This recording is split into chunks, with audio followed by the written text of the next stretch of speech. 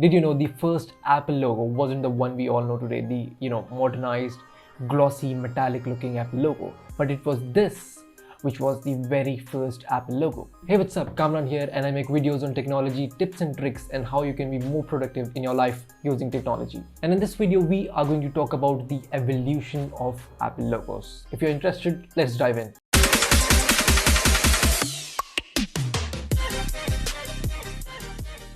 So in a press conference in 1981, there was a question from journalists about why Steve chose the name Apple, to which he replied, "I love apples and I like to eat them. But the main idea behind Apple is to bring simplicity to the public in the most sophisticated way." Now, despite carrying the name Apple, company's first logo wasn't the physical apple, but rather it was the image of Isaac Newton. The very first logo of the Apple company was this image of Isaac Newton sitting under an apple tree, the man who revolutionized science with his discoveries on gravity. This logo is designed by Ronald Wayne, which happens to be the co-founders of Apple in the early days of 1967. With this logo, he wanted to represent law of gravity that is inspired by an apple.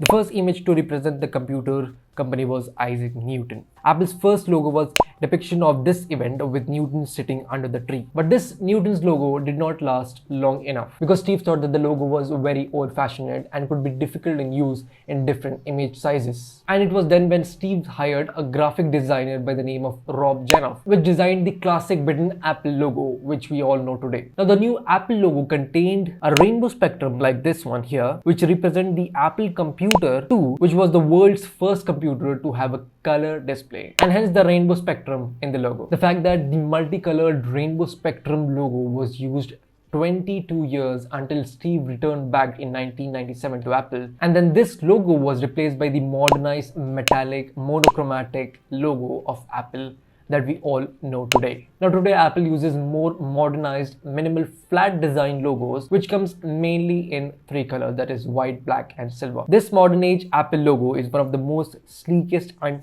famous logos in the world, just as famous or even more as McDonald's yellow M. And that's how we know the Apple logo that is today. So firstly, there was this Isaac Newton logo, which was inspired by falling off an apple and the law of gravity. Then we had the rainbow spectrum logo, which was again inspired by the first color display computer, and then now the sleekest in the modern logos that we all know today. Now let's talk about some facts about the Apple logo. Now the leaf of the Apple logo, the top leaf, is said that it is the essential part of the Apple logo, and then Apple was filed to trademark it in 2012. Some say that the leaf on top of the Apple logo is supposed to fit exactly in the bitten part of the apple, but it doesn't. Now some say that the bitten part of Apple logo also resembles the computer terminology, which is known as byte, which is the smallest unit of digital information. Now, if you want to know more about the evolution of Apple logo from starting to end in depth, then you can read this book known as Taking a Bite Out of the Apple,